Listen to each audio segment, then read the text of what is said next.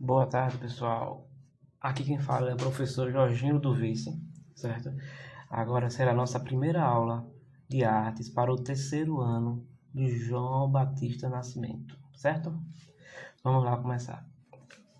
Então, antes de mais nada, eu quero deixar bem claro uma coisa, que nós estamos vivendo, todo mundo sabe disso, mas eu vou falar novamente para reforçar isso. Estamos vivendo um período de grande desafio. É um grande desafio mesmo esse período da quarentena. Desafio para todos os âmbitos da sociedade civil, inclusive o nosso, no âmbito mais especializado da questão da educação, certo? Do âmbito escolar. Então, todos os professores estão se desdobrando para saber como lidar com isso, para poder fazer um trabalho melhor para vocês. E os alunos também eu percebo alguns que estão se esforçando para tentar se adequar a essa realidade, que é difícil, nem todo mundo está conseguindo, né? Então, é um desafio para todo mundo. Então, eu quero deixar bem claro que eu estou ciente desse desafio, certo? E eu quero poder contar com vocês para a gente poder passar por essa fase complicada, certo? Da melhor forma possível, certo?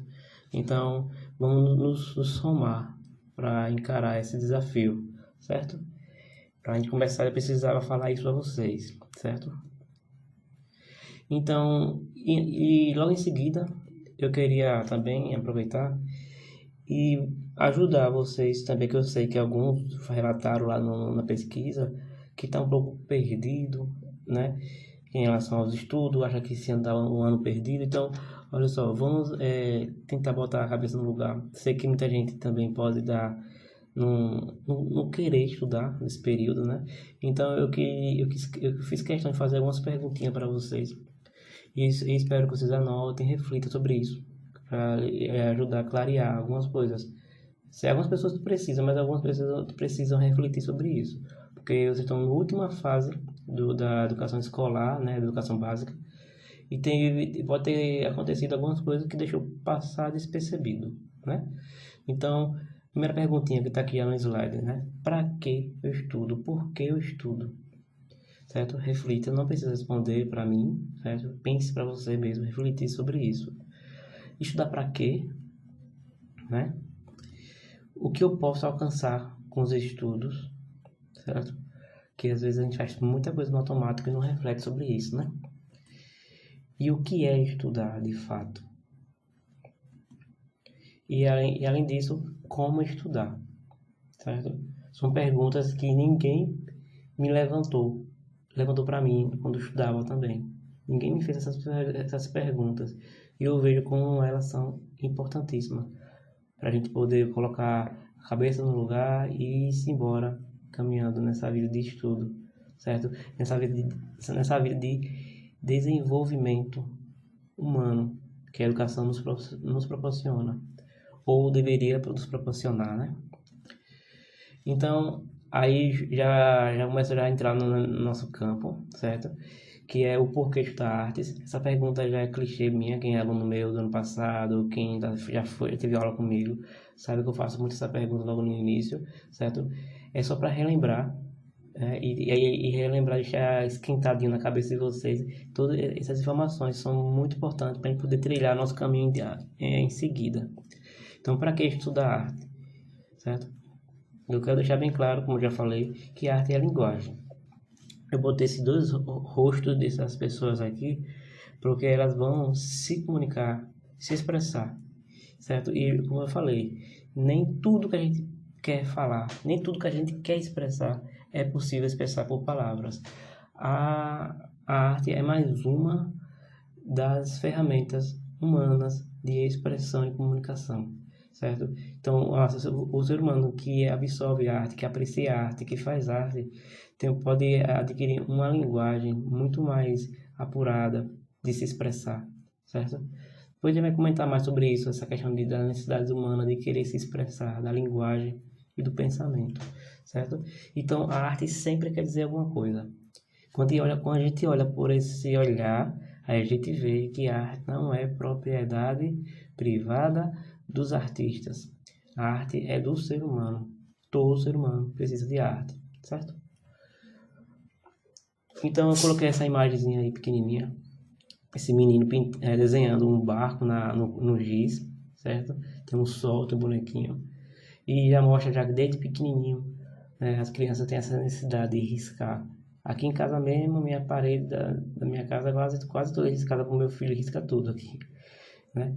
Não deixo para não bagunçar a casa, mas faz parte do instinto do ser humano de querer realmente registrar.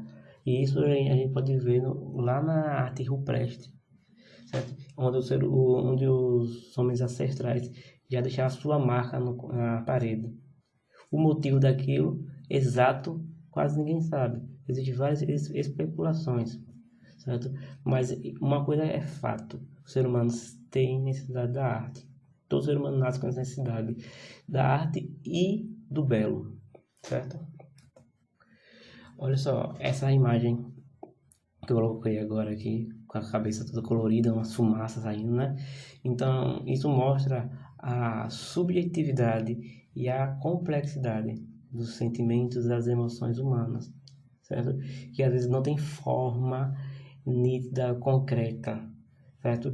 Que é, você procura as palavras e não consegue expressar. Aí vem a arte e lhe ajuda a expressar. Às vezes você nem precisa criar uma produção artística, né? Porém, mas você pode, tipo, você tá muito triste, levou uma gaia aí do seu companheiro ou companheira, levou uma gaia bem grande, aí você ouve uma música, aí vê aquela sofrência naquela música, você identifica aquela sua dor, e você realmente sente naquele momento o que Aristóteles chamava de catarse, que é a sensação de que os seus sentimentos estão se tornando concretos através daquela música, certo? O que você queria falar não consegue falar, a dor que está sentindo que você não consegue expressar na perfeição do que ela é na sua cabeça. Você consegue botar para fora, aí vem a música, a arte e consegue expressar, certo? Nos ajuda a expressar isso. Então, é um recurso de linguagem importantíssimo, certo? Nosso conhecimento sobre a arte, certo? E todos esses códigos, toda essa gramática que está por trás de cada linguagem artística. Outra imagem feita pela mesma pessoa. Essa aqui é um homem, né, olhando para um pássaro. E ao mesmo tempo, ele se vê, ele mesmo olhando para o pássaro. É um negócio bem interessante, meio confuso, mas realmente acontece. Esse para mim é uma ilustração do que é a interiorização do ser humano, de olhar para dentro de si, saber quem você é, saber qual é o seu lugar no mundo, certo? E são caminhos, lugares bem subjetivos que existem dentro de nós, certo? E a arte nos ajuda muito a penetrar isso, certo? Quem realmente pode usufruir mais da arte, mas com muita frequência, consegue, aprende aos poucos a entender mais seus sentimentos, a controlar seus sentimentos de agonia, de estresse, de ansiedade, começar a dar nome, a estar mais consciente, um pouco mais consciente do que está sentindo, certo? Então, a arte é muito importante. E olha uma coisa, rapidão, que também quero falar a vocês, muito importante. O nosso conhecimento, da nossa disciplina, não é um conhecimento externo, aquele conhecimento que você vai lá e enche a sua cabeça de conhecimento sobre arte. Não é isso. A arte é igual a outras disciplinas, como filosofia, sociologia, outras disciplinas mais amplas, mais subjetivas. Ela nos forma, ela nos desenvolve. Conhecimento, conteúdo é importante. Mas o principal da nossa disciplina aqui é tocar na gente, tocar na nossa alma mesmo, entendeu? E das expressões que a capacidade humana pode chegar. E é infinito. A capacidade expressiva do ser humano é infinito. As palavras não dão conta, certo? Então, as 4 linguagens básicas, né, que a gente trabalha aqui na nossa disciplina. A primeira é a música, né? Aqui tem um rapaz tocando violão e aqui tem uma moça com um fone de ouvido. Ela não está dormindo, viu? Ela está com um fone de ouvido nesse exercício de interiorização através da música, certo? Pode ser música alegre, música de qualquer tipo, mas que ajuda a gente a pensar sobre nós, certo? Tem muita música que fala sobre nós, certo? Também. Aqui nós temos também a dança.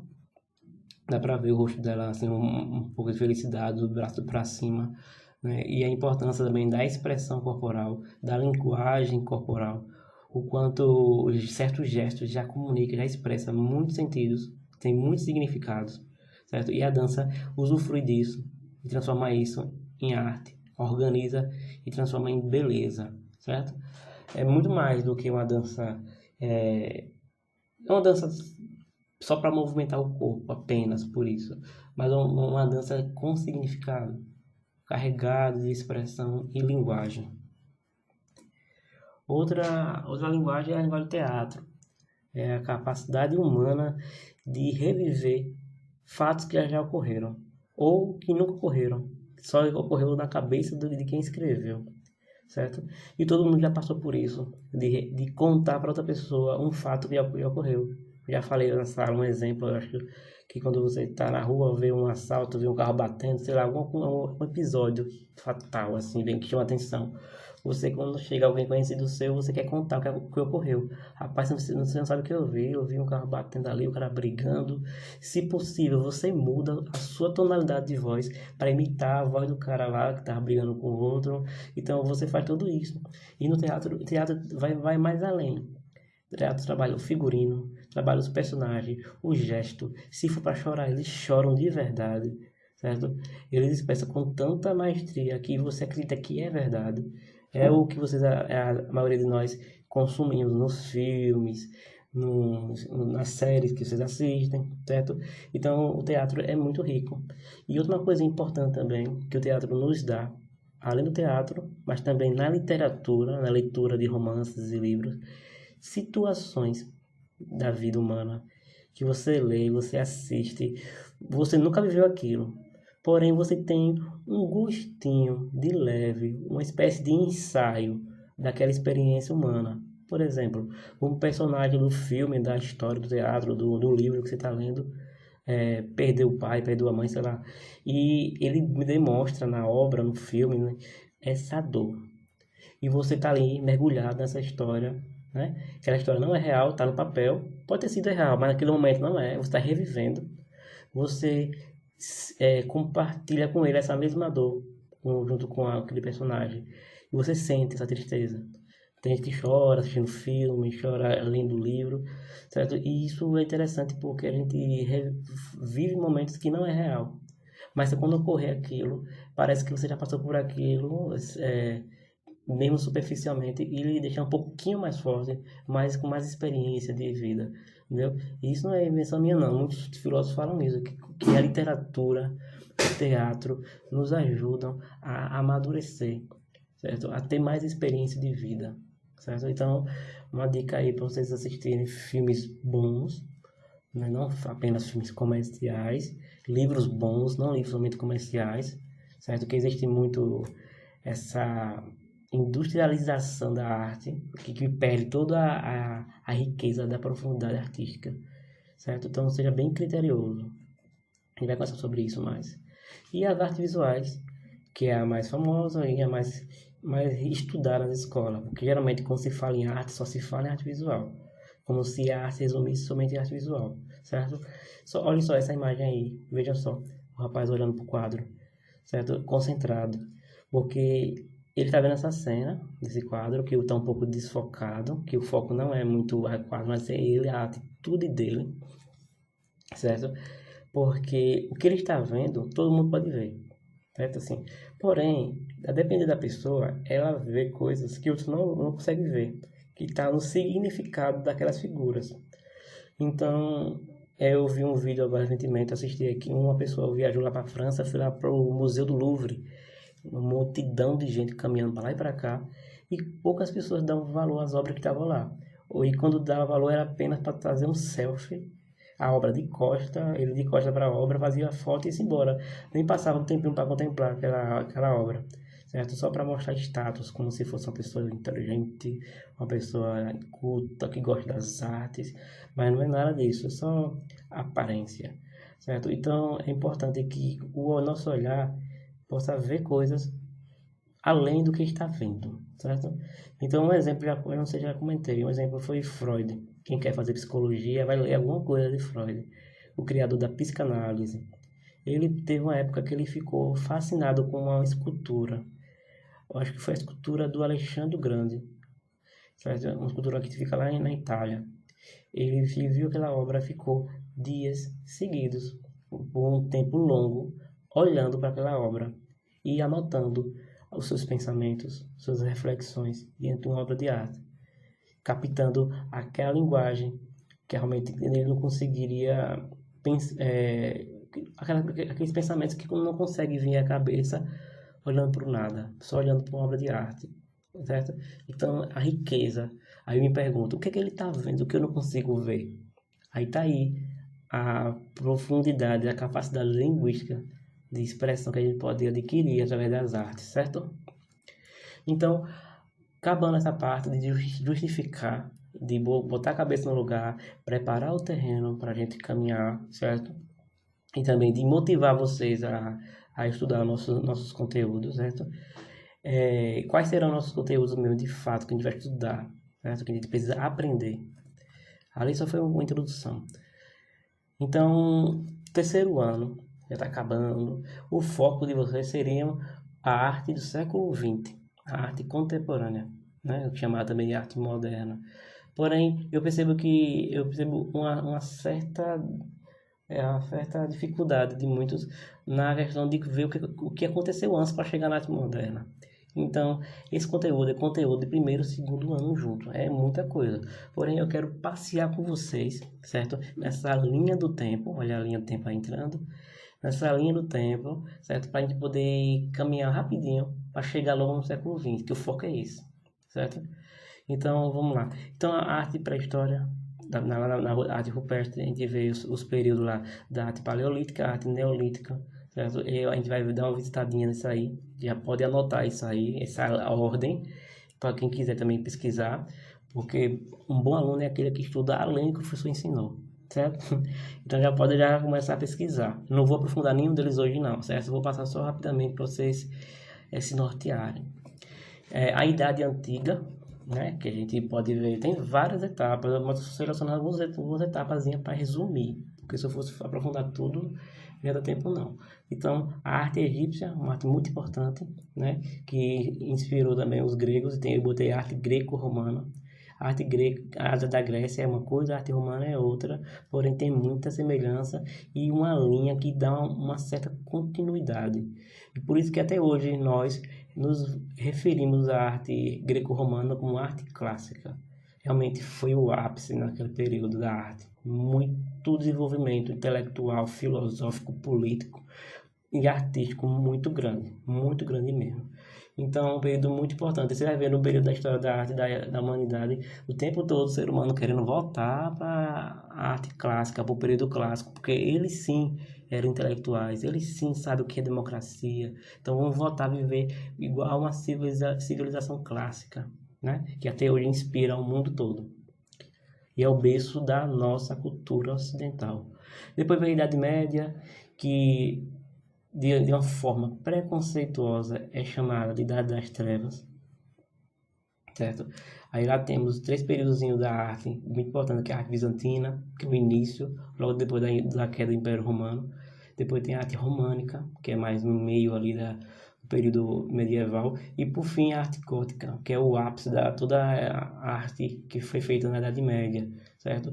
Aí tem a dança, tem a música, tem as pinturas, tem as esculturas, tem a arquitetura. Meu Deus, a arquitetura na Idade Média é importantíssimo, inclusive a música também, certo? Muito importante.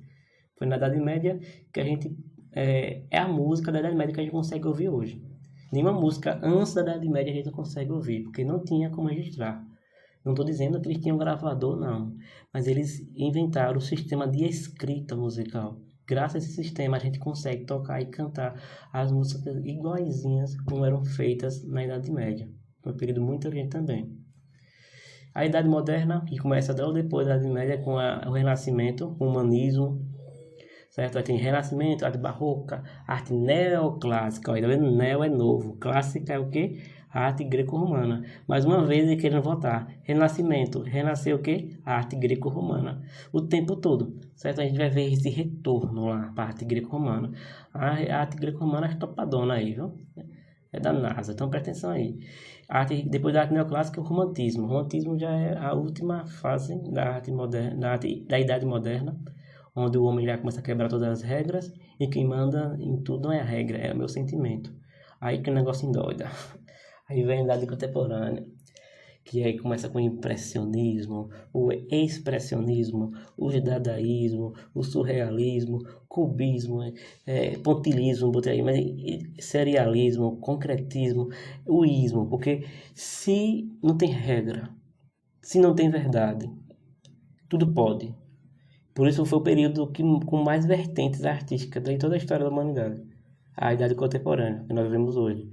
O ser humano vivendo no completo caos. Século XX foi um século sangrento, com duas grandes guerras, e tudo isso refletiu muito na cultura da humanidade. Ah, professor, tá parecendo aula de história, nem parece aula de arte.